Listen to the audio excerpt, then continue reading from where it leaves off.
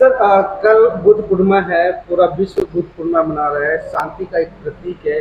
उस पर आपका क्या मैसेज है? के सब माध्यम और माध्यम से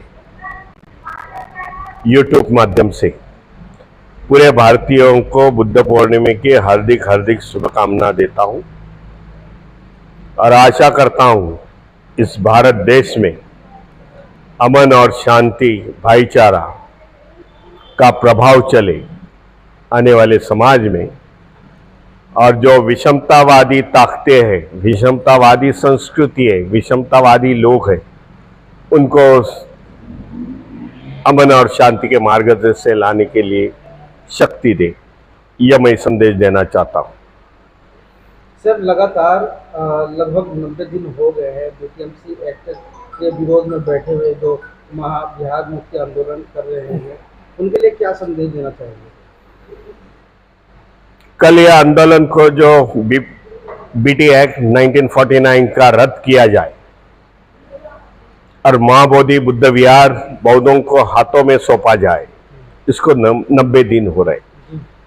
लगातार भंते जी, आकाश लामा जी और 400-500 भंते जी बैठे हुए लगातार इस हालात में, इस गर्मी के हालात में बैठे हुए हैं। तो भी यहाँ की सरकार, केंद्र की सरकार, राज्य सरकार इतना बड़ा ध्यान नहीं देती है। चुटपुट बैठकें होती है यहाँ, लेकिन हल कोई निकलता नहीं। इसी कारण यह आंदोलन लगातार जारी रहेगा, ऐसा कल हम लोग ने डिक्लेयर किया। जब तक हमें न्याय नहीं मिलता तब तक यह आंदोलन चलेगा। सीधी सी न्याय है, हमारी मांग है इस पे, वैसे मांग भी नहीं कह सकता, यह हमारा हक और अधिकार का मामला है। कल कुछ अड़चन प्रशासन की तरफ से भगवान गौतम बुद्ध को जहाँ संबोधि प्राप्त हुई, एनलाइटन मिल गया, वहाँ सम्राट अशोक ने बाद में वहाँ महाबोधि बुद्ध विहार की निर्मित की, जो बौद्धों का है, बौद्धों की धरोहर है। बौद्ध राजा सम्राट अशोक मौर्य जी ने बनाया हुआ है, वो किसी दूसरे का हो नहीं सकता। लेकिन आज जो कब्जा करके बैठे हुए, उनको हम बताना चाहते हैं, भाई हमारी धरोहर हमारे को दे दो। इसका सीधा सा मामला है। हम कोई दूसरे की धरोहर, दूसरे का मंदिर बिंदिर हम लोग मांगते नहीं। एविडेंस है, 3 यात्रिकरू आए थे चाइना के, उन्होंने लिख के रखा है। आर्कियोलॉजिकल डिपार्टमेंट का सब दस्तावेज है। ब्रिटिश आए थे, कनिंगहैम ने सब लिख के रखा है। तो भी हमारे को देने में इतनी देर क्यों लगती है, ये मेरा सवाल है। ऐसा देखा जाए तो यहाँ भारत में माइनॉरिटीज में अभी जो राजनीति का परिवर्तन 2014 से हो गया, माइनॉरिटी में दबाने का काम चल रहा है। इसी कारण है कि हमें हमारी मांग उन लोग पूरे नहीं कर सकते, लेकिन हमारे को ये आंदोलन जारी रखना पड़ेगा। देशवासियों को बताना पड़ेगा, जो भारत दुनिया में बुद्धिस्ट कंट्री है, बुद्ध धम्म को मानने वाले हैं, उनको बताना पड़ेगा इस प्रकार की व्यवस्था इस देश में चल रही है। 90 दिन होने के बाद कल बौद्ध पूर्णिमा है और हम लोग सोचते थे कि सरकार उस दिन कुछ अनाउंसमेंट कर सकती है, लेकिन सरकार के वजह से ना केंद्र के ना स्टेट से कोई ऐसा प्रावधान नहीं, ना कुछ संकेत मिल रहा है। तो आगे की क्या नीतियां होगी, क्या रणनीति हो रही है? आगे की नीतियां तो एक ही है, जो भंते जी आज बैठे हुए 300-400 भंते जी है। कल करीब करीब हमारे 25-30 हजार लोग आ जाएंगे यहाँ, भारत के विभिन्न राज्यों से आए हुए हैं। ये तो आंदोलन चलते रहेगा, लेकिन हमें सोचना पड़ेगा, यह बिहार स्टेट में अंबेडकर मूवमेंट कम थी, ना पॉलिटिकली मूवमेंट है, ना सोशली, ना religiously. Buddhist society of India के ब्रांचेस है, लेकिन लंबे है, 5 ही डिस्ट्रिक्ट में बुद्धिस्ट सोसाइटी के ब्रांचेस है। हमारा अभी प्रयास रहेगा कि यहाँ पॉलिटिकल विंग खड़ी की जाए। बुद्धिस्ट सोसाइटी ऑफ इंडिया की सभी शाखा, यहाँ समता सैनिक दल की शाखा निर्मित की जाए। या हमारे पासवान जी आए हैं, उससे लगे हुए हैं, यहाँ के ही है, गुजरात में रहते हैं लेकिन ओरिजिनल बिहार के हैं। इस प्रकार के उनको मैं बुला के भाई क्या राजनीति हो सकती है, कौन से लोग हमें मिल सकते हैं, किनको लेके हमें चलना है। क्योंकि अम्बेडकरवादी काफ़ी मैंने लगातार, मैं तो तीसरी बार आया हूँ। 2 साल पहले मैं बिहार में, यहीं पटना शहर में बिहार में 3 बुद्धिस्ट सोसाइटी के अधिवेशन लिए थे।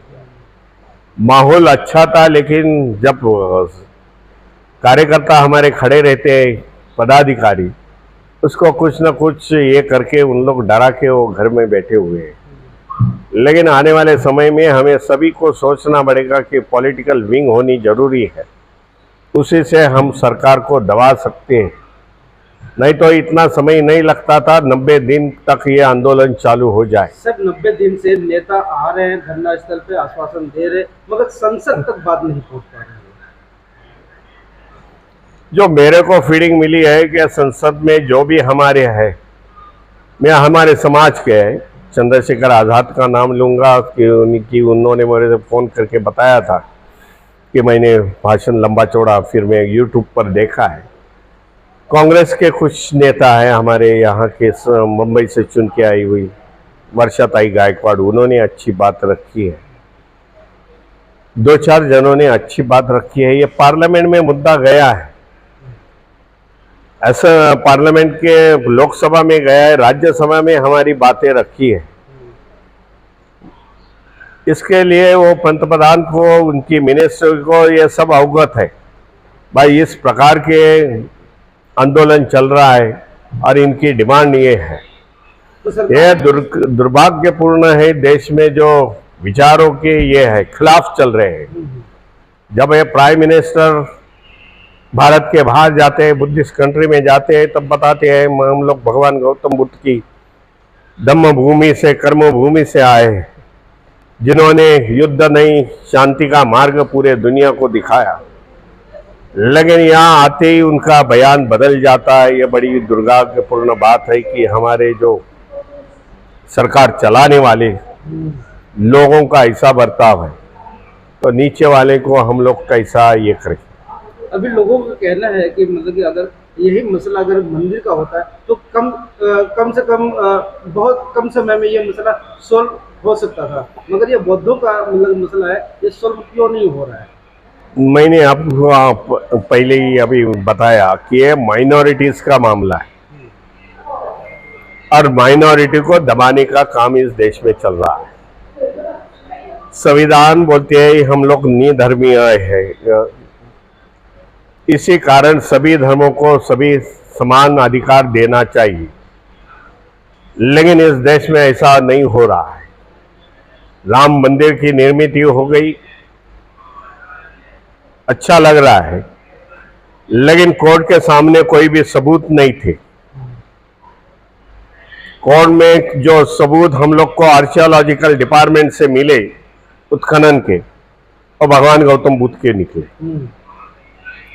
तो भी कोर्ट ने, सुप्रीम कोर्ट ने डिक्लेयर कर दिया कि ये राम मंदिर जन्मभूमि है, ये है वो है। इस प्रकार का वातावरण, इस प्रकार का जजमेंट आज आ रहा है। जो 1972 ने यही सुप्रीम कोर्ट ने बताया था, जो जजमेंट मैंने पढ़ा हुआ है, कि यहाँ राम मंदिर का कोई हमें सबूत नहीं मिल रहा है। 1972 में ललन सिंह यादव ने केस फाइल की थी उस जमाने में, 72 में, और आज अभी ये जजमेंट आता है कि यही राम जन्मभूमि है। ऐसा विरोधाभास का जजमेंट सुप्रीम कोर्ट से आता है। हमारे पास तो सभी सबूत है। सम्राट अशोक ने 84,000 स्तूप, लेनिया, इसकी निर्मित, विहारों की निर्मित की थी। हमें इसके बाद सब ढूंढना पड़ेगा, भाई हमारे कहाँ कहाँ एनक्रोचमेंट हुआ है, कब्जे में किसके है, उसकी भी लड़ाई आने वाले समय में हमें लड़नी पड़ेगी। लेकिन उसके बावजूद हमें हमारी पॉलिटिकल पावर इस देश में बढ़ानी पड़ेगी, ये मुझे लग रहा है। सर इस स्टेट के जो खुद मतलब कि जो मुख्यमंत्री वो दलित समाज से हैं और यहाँ पे बाबा साहब का नाम लेने पे मतलब कि लोग मतलब वो कतराते हैं और अगर ले भी लो तो मना करते हैं, उनके ऊपर हावी हो जाते हैं, लाठी डंडों से मतलब पिटाई की जाती है।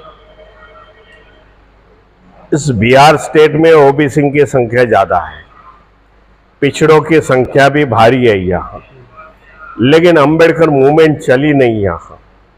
अंबेडकर मूवमेंट नहीं चलने के कारण यहाँ पढ़ाई लिखाई बहुत कम है। मैं पिछली बार आया था, कुछ गांवों में यहाँ गया था, बहुत बुरी परिस्थितियां आई यहाँ के हमारे पिछड़ों की, यहाँ की जो बौद्ध नहीं बने, जो आज भी पाखंडवाद अंधश्रद्धा और वही व्यवस्था में है जो व्यवस्था में उनके पुरखे रहते थे। इसीलिए हमें यह सबको मिलके अंबेडकरवादी अंबेडकर मूवमेंट यहाँ चलानी पड़ेगी और इन लोगों को जगाना पड़ेगा, बाबा साहब पढ़ाना पड़ेगा। खाली बाबा साहब को माल्यार्पण करते हैं लेकिन बाबा साहब के बारे में ज़्यादा इनको जानकारी नहीं। ये दबे हुए लोग हैं, सुवर्ण वाले लोगों के लिए इनको जागृति लाते हैं, पढ़ते हैं तो इनको फिर बराबर खड़े रहेंगे, समानते पर खड़े रहेंगे। ये मेरी तो भी सोच। नमो बुद्धाय, जय भीम, जय संविधान।